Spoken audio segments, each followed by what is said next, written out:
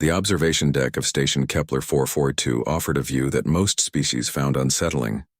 Endless void stretched in every direction, punctuated only by distant stars and the occasional passing vessel.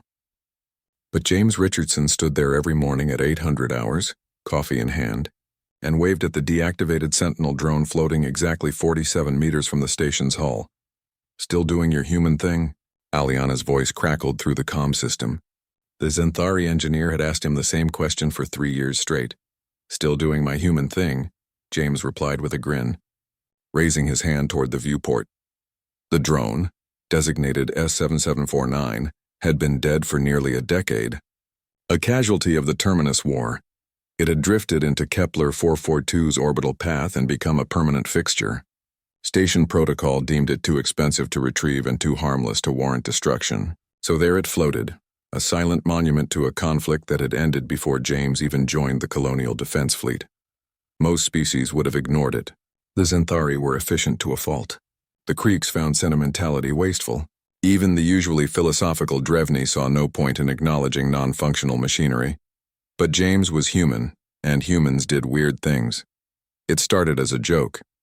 3 years ago, fresh off a transport from Earth, James had been overwhelmed by the isolation of deep space. The empty observation deck became his morning ritual, and one day, seeing the drone suspended against the stars, he'd waved. Just a simple gesture of acknowledgement, then he did it again the next day. And the next Aliana thought he was suffering from spatial dissociation at first. She'd even filed a medical report, which Dr. Voss had dismissed with a laugh. "He's fine," the station physician had assured her. "Humans form attachments. It's what they do to broken machines," Aliana had asked, her bioluminescent skin flashing confusion in shades of purple. "To anything," Dr. Voss had replied. Now, 1,095 days later, James's morning wave had become a station legend. Crew members placed bets on how long he'd keep it up. Some found it endearing, others found it incomprehensible.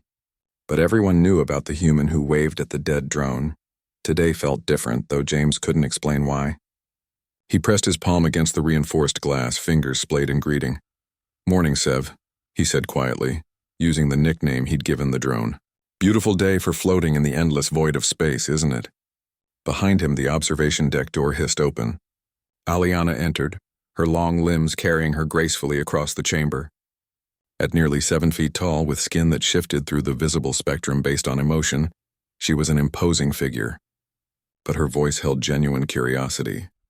"James, I've been studying human behavior for 3 years now, trying to understand. What do you gain from this?"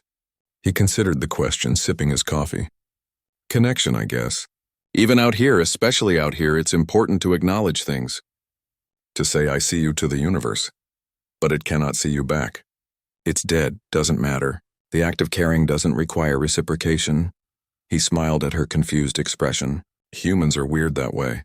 Aliana's skin flickered yellow amusement. "This much is documented." They stood in comfortable silence, watching the stars. Then something impossible happened. The drone moved. James's coffee cup slipped from his fingers, floating in the low-gravity section of the deck. "Did you see?" "I saw it," Aliana breathed, her skin flashing white with shock. 7749 rotated slowly, deliberately. Its optical sensors, dark for a decade, suddenly blazed with pale blue light. The drone's stabilization thrusters fired in measured bursts, adjusting its position. It turned until its primary camera faced the observation deck directly, faced James directly. Then, with the precision of intention rather than malfunction, one of its articulated maintenance arms extended. It lifted, paused, and waved back.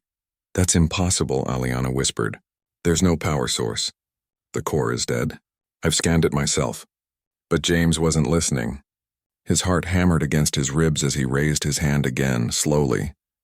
The drone mirrored his movement. Aliana's fingers flew across her wrist-mounted console. "I'm reading. This doesn't make sense.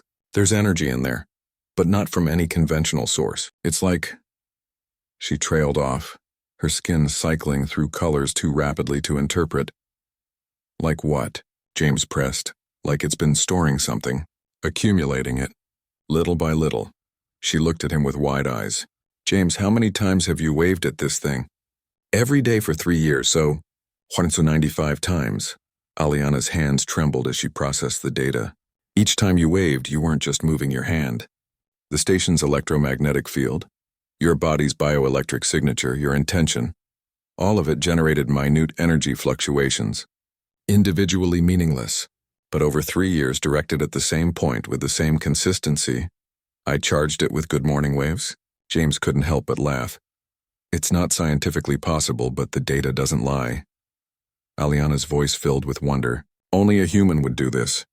Only a human would generate enough persistent, focused energy through sheer stubbornness and sentimentality to accidentally resurrect dead technology.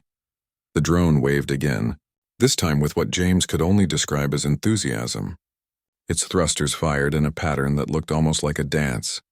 James pressed both palms against the viewport, grinning like an idiot. "Hey, Sev. Welcome back, buddy." Around the station, alarms began to sound as other systems detected the drone's activation. Command would have questions. Science teams would demand explanations. But in that moment, James just watched as his 3 years of simple, stubborn humanity created something the galaxy's greatest minds had deemed impossible. Aliana placed a gentle hand on his shoulder, her skin a brilliant gold, profound respect. "I will never understand your species," she said softly. "But I'm grateful for you." James wiped his eyes, surprised to find them wet. "We're pretty grateful for us, too." Outside, against the infinite darkness, S749 continued its greeting, powered by nothing more than the accumulated weight of daily kindness. Humanity, indeed. The end.